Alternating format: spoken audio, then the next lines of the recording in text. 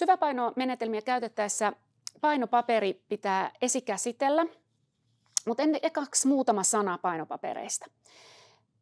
Syväpainossa käytetään grafiikan paperia. Se on erilaista paperia kuin normaali piirustuspaperi.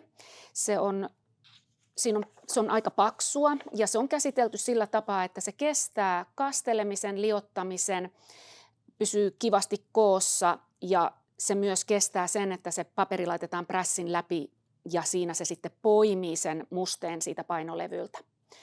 Joskus kysytään, että käykö siihen vesiväri, akvarellipaperi, mutta akvarellipaperi periaatteessa tietysti käy, se kestää sen kostuttamisen, mutta akvarellipaperissa on erilainen liimaus ja joskus se akvarellipaperi on liian kova minun mielestä syväpainomenetelmiin. Siitä syystä itse käytän syväpainopapereita, jotka on tähän tehtävään valmistettu.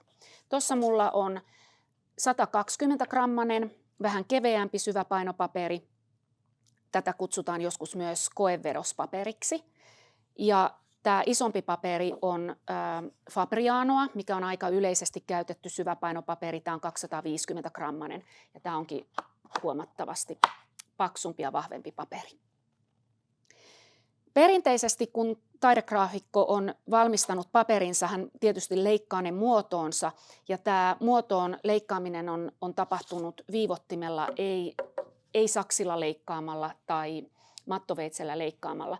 Nyt kuitenkin tässä Fabrianossa esimerkiksi on tämmöinen puhdas tehdasreuna, niin silloin tämä tämmöinen revitty reuna ei ole niin välttämätöntä. Mutta jos hankitaan todella laadukasta painopaperia, missä on semmoinen käsin tehty reuna, niin silloin ilman muuta myös tämä leikkuupinta pitää olla semmoinen pehmeä revitty reuna. Ja tämä repiminenhän tapahtuu niin, että metalliviivotin päälle, kova paino siihen, se on mitattu se paperi etukäteen ja sitten lähdetään vetämään paperi. Se repeää aika kivasti, koska tämä paperin rakenne on pehmeä. Ja tällä tapaa saadaan siihen paperin reunaan semmoinen mukava pehmeä repimisjälki.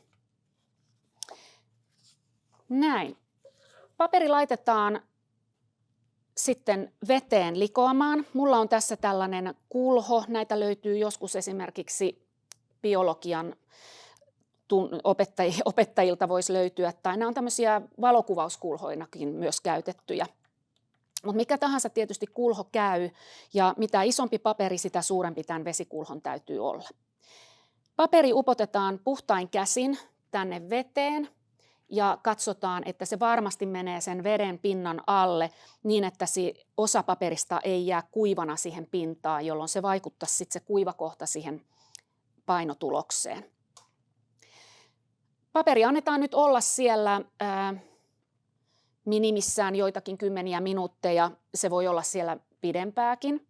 Paperi harvoin kärsii siitä, ellei nyt ihan viikkokausiksi jätä, että se homehtuu, mutta käytännössä se voi olla siellä suhteellisen kauankin se paperi. Kun se nyt kuitenkin on minimissään sen muutaman kymmenen minuuttia siellä ollut, sen tuntee jo käsissä, kun tämän paperin rakenne muuttuu tällaiseksi kumimaisemmaksi. Sen oppii tunnistamaan sen paperin rakenteen sitten, kun se on valmis. Nostetaan paperi pois, nurkasta kiinni, valutetaan liiat vedet pois. Ja sitten sen jälkeen siirretään puhtaiden papereiden väliin. Laitetaan se sinne.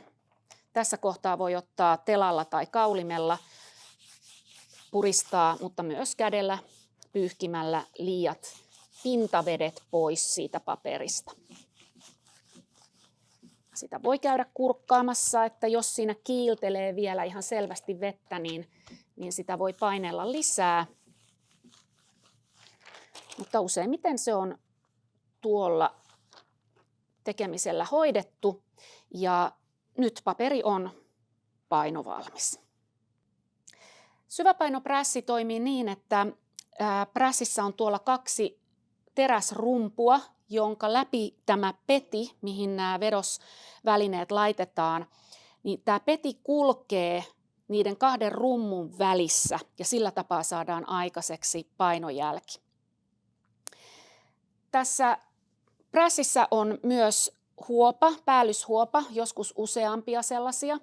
Tämä huopa on erityistyönä tehty sen takia, että tässä ei saa olla minkäännäköisiä painaumia tai jälkiä tai kohoumia, sillä ne siirtyy tietysti luonnollisesti siihen painojälkeen. Eli näihin hankitaan ihan tähän tarkoitukseen olevat huovat.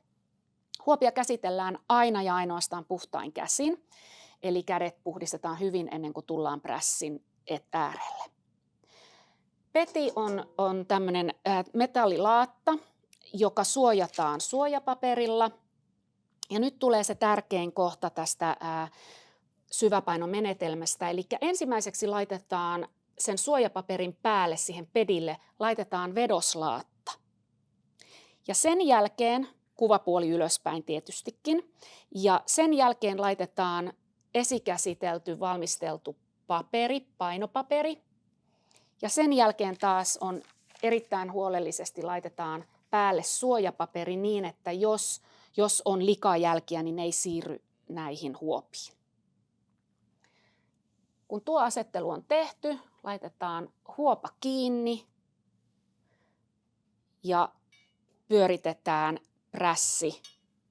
Eli tämä peti kulkee näiden rumpujen välissä. Prässiä käännetään tasaiseen tahtiin, ei pysähdytä matkan varrelle, että ei jää taukoja. Siellä tuntuukin se semmoinen pieni pysähdys tai semmoinen nytkähdys ja pyöritetään loppuun saakka. Ei kuitenkaan niin, että mennään täältä päästä viltin yli, vaan pysähdytään tuohon kohtaan. Nostetaan huopa ylös, suojapaperit pois.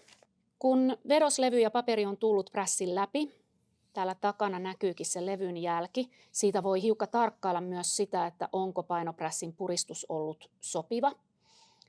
Ja sitten nostetaan paperi.